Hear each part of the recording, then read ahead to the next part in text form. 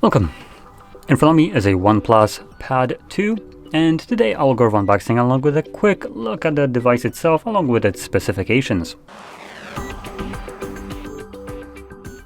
So, judging by the size of the box, we can already guess that there is no means to actually charge this device, which is just a middle finger. I refuse to accept this. When you're paying premium for a flagship device, I don't give a shit what the reasoning is. I expect the full package to be full, which includes a charger so I can charge the damn thing.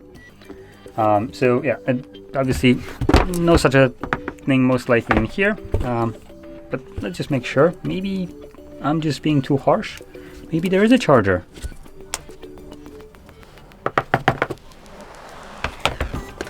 Nope, who am I kidding? I would need to be stupid to actually consider that there is a charger in here. So yeah, we just have a charging cable, and that's about it. I'm surprised that they're still giving us a charging cable at this point, to be completely honest. I will be surprised that soon enough that we're getting actually a tablet inside. So yeah. Now, let's pop that open.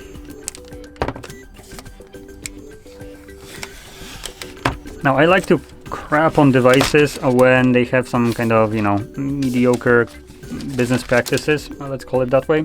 But that being said, this device is actually not that bad, at least based on the specs. So putting it up, we should be able to see the pretty decent display right here. This has fairly small bezels for a tablet. They're nothing like super small, but they're better than most, I would argue. So we'll be able to see that in a second.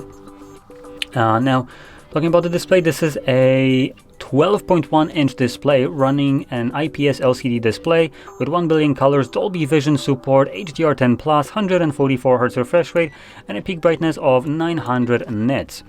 And the screen to body ratio is at 84.9% with a pixel density of 304 pixels per inch. So like I said, the display right here is almost perfect. Almost, because it's using an LCD IPS. I would much rather see an AMOLED or OLED display in here rather than the IPS. It just kind of takes away from that almost perfect kind of looking screen. Now, for people that aren't aware, the OLED or AMOLED would give you much deeper blacks and better contrast ratios. The LCD IPS, sometimes when it displays dark images, just black, might look, obviously won't look like it's black, fully black. When you have dark environments, just void, LCD will never be able to achieve basically this infinite contrast ratios like the OLED does, as OLED just turns off the black pixels. If it needs to be black, there's no need to give light to it. LCD can't do that as it has a backlighting panel behind it that just always backlights it, no matter what's being displayed. And then the LCD layer over it just tries to display black color, but it needs to still be technically lit up, so there's still brightness going to it, and black, therefore, when it's compared to an OLED, will look more grayish rather than black. Now, moving on. Apart from this little gripe that I have with the display right here, I do want to say that it's probably done for cost-cutting purposes, as the device comes at about a 550 euro price tag, so it is basically in like a mid spot for flagships. Now, tablets aren't necessarily as expensive as phones, even though they might be rocking similar hardwares, and obviously 500 is more on the premium side of a tablet. And we are lacking also things like a pen in here, which if you look for other devices, maybe from like Samsung, you might actually have. Let's actually want to check out. So let's see. I think right now we have Samsung Tab, what is it, 9? The newest ones? Tab S9? There we go. So S9 will come at a price tag of actually more with a lesser hardware. So I do want to kind of give that as a comparison.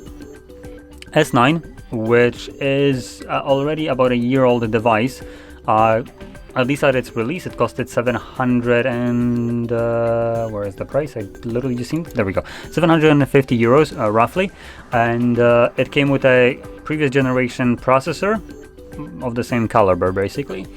Smaller battery. In terms of RAM and storage, it's about the same. Display wise, it was coming with an AMOLED display, which I mentioned this is kind of lacking, and refresh rate was just a little bit slower at 120, but it's already a decent refresh rate. The like 24 more frames, you won't actually see a difference between that, so that's not really important. And HDR10 plus, no Dolby Vision though support. And it also had a resolution of 1600 by 2560, which this one actually has a bigger resolution of 2120 by 3000. So, like I said, as a comparison to those, Samsung will have that better display in terms of the contrast ratios and just image quality. But if you want a newer and just, I guess, more feature-rich device, I guess this one will be, as it is newer. But still, if you're looking straight up for a device that is designed for media consumption and you want that media to look as crisp as possible, you probably might want to go with an AMOLED display, which Samsung provides. Anyway, continuing on with this one, let's move forward. So in terms of the internals, we're looking at a 9510 mAh battery with a support for 67 watt charging through the cable. Obviously no cable or charger provided, so you need to have your own or splurge out at probably like 50 to 100 bucks more for that. So just be very wary of that, as obviously the price starts to add up when you need to add a charger to it.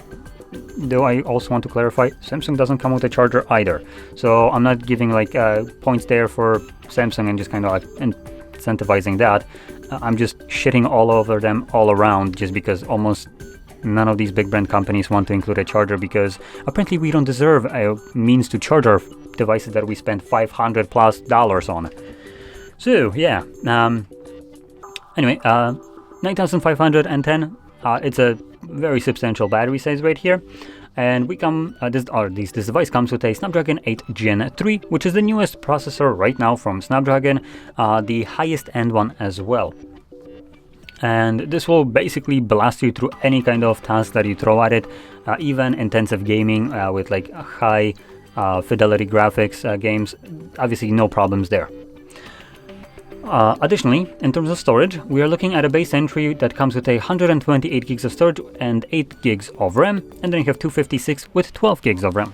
I do also want to point out there is no expandable storage, so if you need more than 128 for your apps, games and stuff like that, go for the bigger option. Though by going with the bigger option you also need to add additional cost because you get more RAM even though you might not need it. So I just want to point that out. And additionally, both of those options in terms of storage come with UFS 3.1 storage type, meaning it's going to be fast in terms of read and write speeds. Additionally, we can now move over to the cameras, and in terms of cameras, at the back we have a single camera, which is luckily positioned symmetrically in the middle of the device, so you will have minimal wobble when just using the device normally on a table. So it's not wobbling up to like here unless I start like really pressing it down, and obviously a bit more on the corners, but still for just like typical touching, it's not going to be wobbling at all. I am just hovering my hand for the focus, but I can kind of see it is not lifting up whatsoever when I'm doing a swipe. So that is good, as your device won't be doing this. I'm pointing that out because most devices have the camera somewhere like in a corner, and therefore your tablet just kind of always goes wobbling like this, and that's not a fun experience, I would say. So this is a good design right here with the camera being smack in the middle.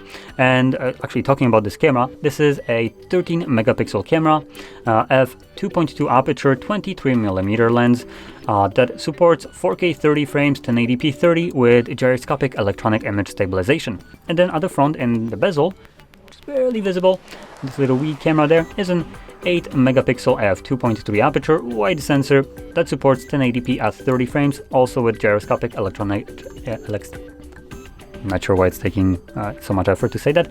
Electronic image stabilization. There we go.